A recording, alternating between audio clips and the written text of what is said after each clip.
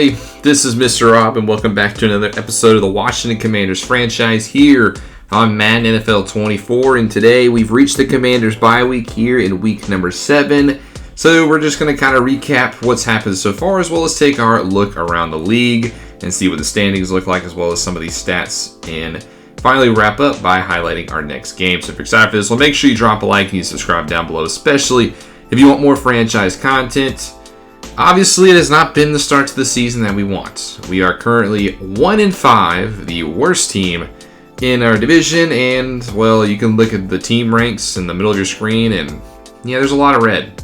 Other than being one of the best rushing teams in the league, we are bottom in a lot of categories, specifically on defense. We are very bad on that side of the football for some reason, and today maybe we can look at the stats and figure out what has gone wrong, but we're 1-5. Here's a look at what our schedule's been like so far. It has been, I will say, a tough schedule to open, but 1-5 is 1-5.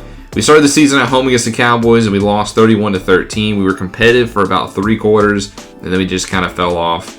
Then we went and faced Mahomes, and that was an awful performance, 48-15. Just no defense whatsoever. Mahomes could not be stopped, and then to add insult to injury, Michael Penix Jr. got hurt in that game, so Jacoby Brissett had to step up in his place. We then lost the next game to the Dallas Cowboys 30-24. At least it was a 1-score game, but again, 3 straight games, giving up 30, and that didn't stop against the Bears, who we lost to 34-19. Obviously, our offense hasn't been that great either, but 30-plus points in 5 out of our first 6 games, and that's unacceptable. Our defense has to play better.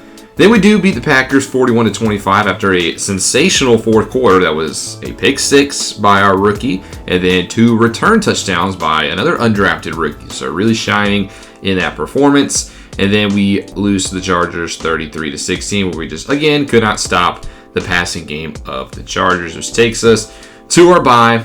These are 6 tough teams. I would have liked to have been 3-3. I would have understood if we were 2-4 because the Cowboys were the best team in the NFC last year and the Chiefs went to the Super Bowl. So, I would have liked to have been 3-3. The Bears are not a bad team this year, but 1-5, that cannot happen. Here's a look at the standings as we'll see where we stack up around the rest of the league.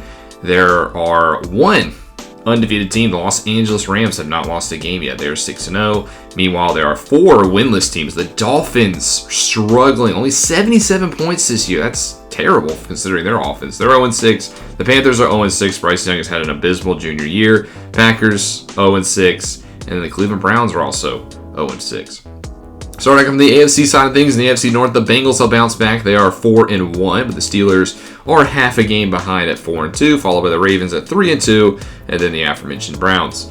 In the AFC South, it's the Colts who lead the way behind Anthony Richardson, 4-2, and then 2-4 Jaguars, 2-4 Titans. The Jaguars really been disappointing this year, and the Texans all the way at 1-5. In the AFC East, the Patriots lead the way out there, 5-1, followed by the Bills at 4-2. The Jets, after being the worst team last year, behind number 1 overall pick Drue, they're 3-2, and the Dolphins 0-6. And then finally in the West, the Chargers lead the way out there, 5-1. The Raiders 3-2. The Broncos are 3-3, as well as the Chiefs. They have been playing without Patrick Mahomes for the past 2 games, and they've lost 3 straight because of that injury.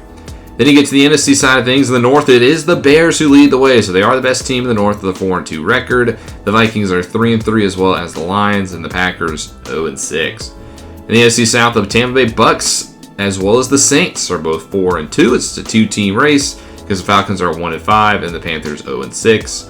And then finally in our division, the Cowboys and the Eagles, the top 2 teams. You kind of expected that. They're both 4-2. The Giants are 3-3. They're hanging tough. And then us at 1-5. And then finally, out in the West, we saw the Rams are undefeated. The 49ers are 4-2. They're always a threat. The Cardinals playing pretty good football. They start off 4-0, but have lost 2 straight. And the Seattle Seahawks at 3-3. Let's take a look at our team stats and our player stats and just kind of see what has been happening so far for our team. Obviously, stats are inflated because the CPU just doesn't have as much yards as us. But, we would be a bottom team defensively. We just suck on that side of the football. Here's our look at our player stats so far. We've had 3 different quarterbacks throw passes. Penix Jr. started the year. He is our starter. He will be back in the game against the Jets. There's no question right now that he is the starter. But Jacoby Brissett has played most of the time, and up until, I would say, the past, game and a half, he was actually pretty good, but he has really struggled in recent weeks in the past 6 quarters. 2 touchdowns to 5 interceptions is not a good ratio. He's missed a lot of throws. He is definitely the backup. Fromm got a little bit of action. He played pretty good as well in that relief in the Green Bay Packers game. 5 for 7 with a touchdown pass to Mo Alley Cox to keep us afloat. In the rushing game, this has been our bread and butter, and I feel bad for Antonio Gibson because he has literally carried the team on his back so far. 110 carries, 608 yards, so he has been really efficient on the ground with 2 touchdowns. Singletary, our superstar of last year with 1,200 yards, he's had a slow start to his year. He did miss the first 3 games of the season with the broken wrist, and he hasn't really gotten as much playing time since coming back because Antonio Gibson's just done so well. He's only got 19 carries, but 101 yards in that span. Kareem Hunt has a little bit of carries. He's taken more of just a power back role with Singletary being back. He has 18 carries for 93 yards, but he does have 2 touchdowns. Penix has 7 for 41, and then Brissett had a rushing touchdown in the last game as well. And then Fromm, in his quarter of play, he had 3 rushes. In the receiving category, this is where it's kind of disappointing. It's just kind of been the story so far. McLaurin, 31 catches, 423 yards. No surprise that he leads the team. But even his numbers are down than where they usually are. Only 70.5 per game. Only 1 touchdown so far.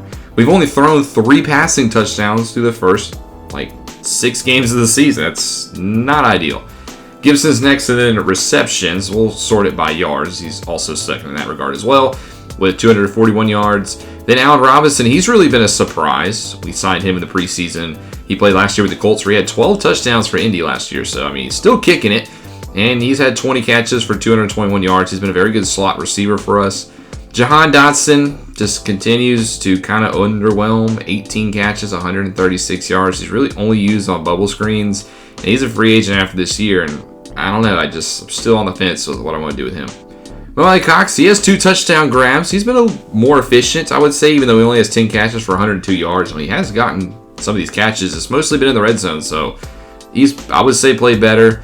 Still very odd, though, the tight end possession. Eric Ali only has 8 catches for 92 yards, and the rookie Noah Clancy, he's getting more involved in recent weeks. I just expect he will continue to get some snaps with 2 catches for 29 yards. Johnny Wilson, only 1 catch so far this season. I'd like to see him get involved in the mix. He was pretty impressive last year as a rookie. He's kind of taking a back seat, though, to Allen Robinson. If Jahan Dotson continues to underperform, maybe Johnny Wilson gets some of those snaps. Singletary, 6 catches for 23 yards, and then a catch for Kareem Hunt and Cameron Cheeseman. Blocking-wise, our offensive line, that's definitely a spot that's taken a hit this year. Our offensive line, specifically that right side, has just not been very good this year. Braden Daniels has really struggled since being a starter again, and we let Filer go because we had some confidence in him, and he's definitely underperformed. Even our center, Ricky Stromberg, hasn't done as well, and we have some center depth on this team, so if he continues to struggle, he could be replaced. Norwell's been pretty decent, but even he hasn't played up to Norwell's standards. He's definitely regressing. Andrew Wiley is replacing that right side of the line. He's not been that great either. He's only given up 3 sacks, but he's given up a lot more pressures than that. Tyron Smith's been definitely the bright spot. He's been worth the 2-year contract, but he's currently on the injury report with an upper arm fracture, and he'll miss 2 games. So it'll be up to Alfonso Kemp, the undrafted rookie, to fill in for him. And, he's already given up a sack so far this year. So not ideal, not what you'd like to see from our offensive line. They really do need to step up and keep whoever is in the backfield healthy, because we've had 2 quarterbacks leave already because of injury. Defensive, before I even go into the defensive stats, everybody on this side of the football needs to play better, specifically in the passing game. Our defenders are absolutely terrible against the pass. Too many wide open receivers, too many short routes that just turn into big yards, too many runs that get ripped off against this team. Yamin Davis and Jeremiah Trotter both lead the team with 63 tackles, but that's, I would say, bloated. They have not done a good job this year, whether it's been in the pass or in the run game, and I really want to challenge the middle of our defense to be better, because I thought these 2 could be the anchor for the future at the linebacker position, and they're not showing it this year. Cameron Curl has 50 tackles. He's also given up a couple of deep balls, and if you look at his ratings, he's a pretty good strong safety, so that's a little bit concerning for me as well. I don't want to have to replace Cameron Curl, but if he doesn't play good, then that's a big hole for our defense. Tackles for a loss, Josh Allen continues to be an animal in that regard, 23. But outside of that, our pass rush has just not been good. We have a very solid, I would say, front 4, and we have not gotten a lot of pressures. The leading sack leader on this team, has 2 sacks. Allen has 2. Drue Tranquill, who's a linebacker, has gotten 2. Deron Payne has 2, as well as Andre Jones in relief. He had a good game against Justin Fields. Montez Sweat has 1. Chase Young has 1. I mean, these are 4 bona fide pass rushers. 2 of them are superstars in Chase Young and Montez Sweat. And then Allen's an X factor. Yes, he helps in the run game, but we need to get more pressure on these quarterbacks. We got to get them off their spot. Maybe we need to bring some more creative blitzes, but we got to do a better job at keeping these quarterbacks not comfortable in the pocket and maybe force some more turnovers. Which, speaking of turnovers, we do have 2 interceptions so far this season. Kendall Fuller had 1, and then our rookie Richard Amos had a pick 6 in that Green Bay game. Love to see it. He's played a lot more just on big nickel formations, and that was a very good showing for him. Forced fumbles, 2 from Drue Tranquill. He's been pretty good. Yamin Davis has 1, as well as Jeremiah Trotter. So linebackers, the only caveat there. Kicking has been a little bit, I would say, disappointing this year. Cameron Little has not missed an extra point, but he's missed 3 field goals. I know one of them was because of no kick meter in the game against Los Angeles, but I mean, the other 2, he should hit. His longest has been 55. I'd like to see him maybe challenge that a little bit. He was very good as a rookie, got named to a Pro Bowl. I'd like to see him continue to be our kicker of the future. Punting, Ryan Stonehouse has been pretty good. I'd like to see him, though, be a little bit better. And then kick return, Cox had the 1, as well as the punt return against Green Bay. As far as the rest of the league, we'll take a look at how they stack up in the early portion of this season. Your yards leader is Bryce Young, which is very interesting, as he's just been slinging the football this year. I'm assuming he leads in pass attempts, by 17. And as a little bit of a preview, he leads the league by far with 16 interceptions already. Goodness. That's a lot. No wonder they haven't won a game. Definitely not been a good junior year for Bryce Young. Next up is Caleb Williams. He's having a very good sophomore campaign with the Steelers. He led them to the AFC Championship as a rookie, and he's really set himself up as their franchise quarterback. Justin Herbert next with 1650, followed by Trey Lance, who's been playing okay in his new home out there in New Orleans, getting another chance to start. Followed by Brock Purdy with 1,500, Kyler Murray with 1,500, Jared Goff next, followed by Mac Jones, Justin Fields, Dak Prescott, Shedeur Sanders. Touchdowns, the leader in touchdowns is Brock Purdy, 16 of those, and he hasn't thrown an interception. Perfect ball there for Mr. Irrelevant. Just continue to prove that, even though he's the last pick in the draft, he is a sensational player. Has he been signed to a contract extension yet? He has not. Wow, so Brock Purdy is actually a free agent after this year. That could be a mega deal in the NFL. Drake May, the second-year man in North Carolina, has 13 for the undefeated Los Angeles Rams, followed by Caleb Williams, Kyler Murray, and then Mac Jones. Geno Smith also with 12. He's got Quinn Ewers breathing down his back, but he's holding them off out there in Seattle. And then Daniel Jones. As far as interceptions, we saw Young leads the way with 16. Trey Lance has 10 behind him, followed by Trevor Lawrence. He's continuing just to be his Achilles heel so far throughout his career. And then Desmond Ridder also has 7, and Goff with 6. Rushing-wise, your rushing leader so far this year is Tony Pollard with 667 yards. A lot of those came in the 2 games against us. Antonio Gibson next with 608, followed by Bijan Robinson, Josh Jacobs, Saquon Barkley, and Jonathan Taylor round out the 500 club. Touchdowns, it is Isaiah Pacheco already with 11. Double digits through just week number 7.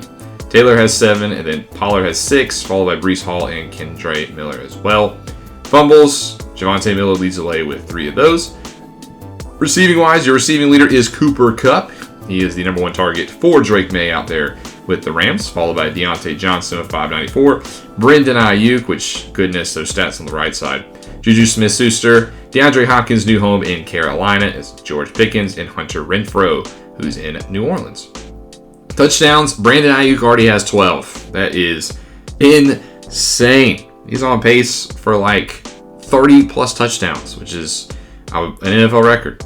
Cooper Kupp has 6, followed by Hunter Renfrow. Rashad Bateman has 5, and Trey McBride leads tight ends in that category, and Jerry Jeudy also with 5. As far as tight ends receiving-wise, they had a down year last year, but it's Gerald Everett who leads the way this year at 449 yards.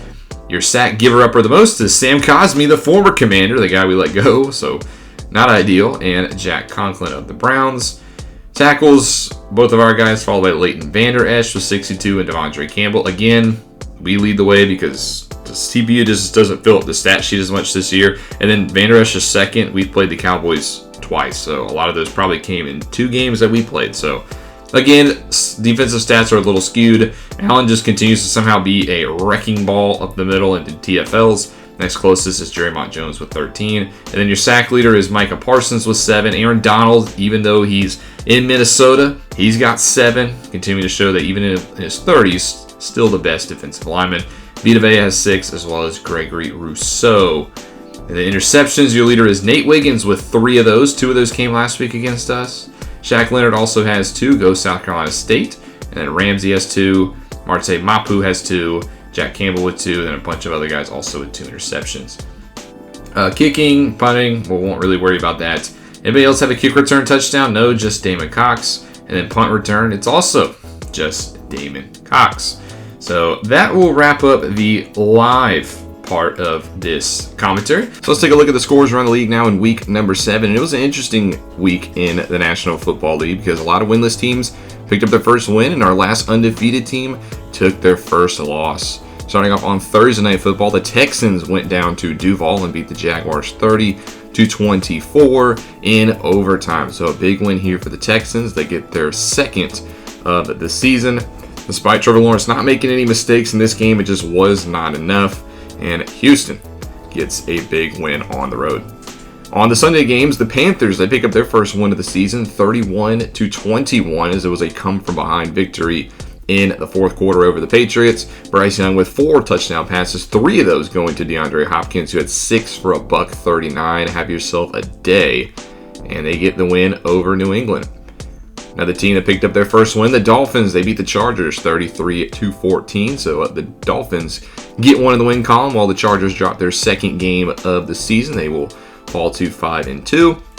And the Chargers just continue to try to hold pace out there in the AFC West while the Dolphins look to make up ground.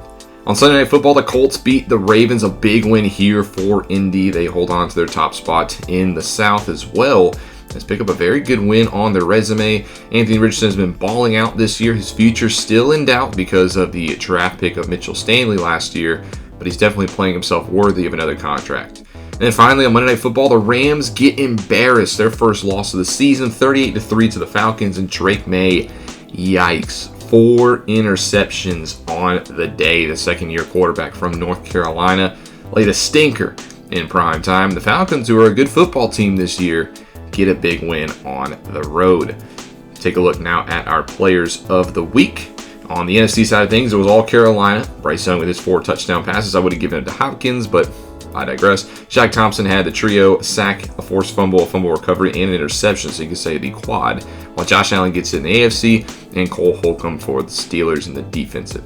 So next week we'll play host to the Jets, but the second mock draft has officially been released, and here's what it looks like. Arch Manning is the top prospect in this draft. He's projected to go number 1, and it's interesting that the Dolphins will potentially take him. We're projected to take a defensive tackle in Jordan Hall. That's very interesting because our defensive line is probably our strongest unit. But here's a look at the top prospects in the upcoming draft class. We'll take a look at them as we get closer to time, but I did want to introduce you to what the 2026 draft class does look like. But next episode, we return home to face the 3-3 New York Jets, who are led by the number 1 overall pick from last year and Drue Alar at Penn State. This will be a very fun clash, I would have to say, because the Jets are not a bad team. They have a lot of interesting pieces. You know, the rookie quarterback, Sauce Gardner on defense. They've made some upgrades. Mecole Hardman is there. Offensive line's pretty good. They got some skill position players, and they got some defenders to watch out for. So this will not be an easy game, but I do think it's a game that we should win. But we'll see, because we've only won 1 game this season, but that'll be in the next episode. Also, it is the trade deadline in the NFL. We'll see if what moves are made around the league, and see if maybe the Washington Commanders make a trade. But thank you guys so much for watching. If you guys enjoyed this episode, if you did, make sure you drop a like and you subscribe down below, especially if you want more franchise content. This is Mr. Rob, and I'll see you in the next one.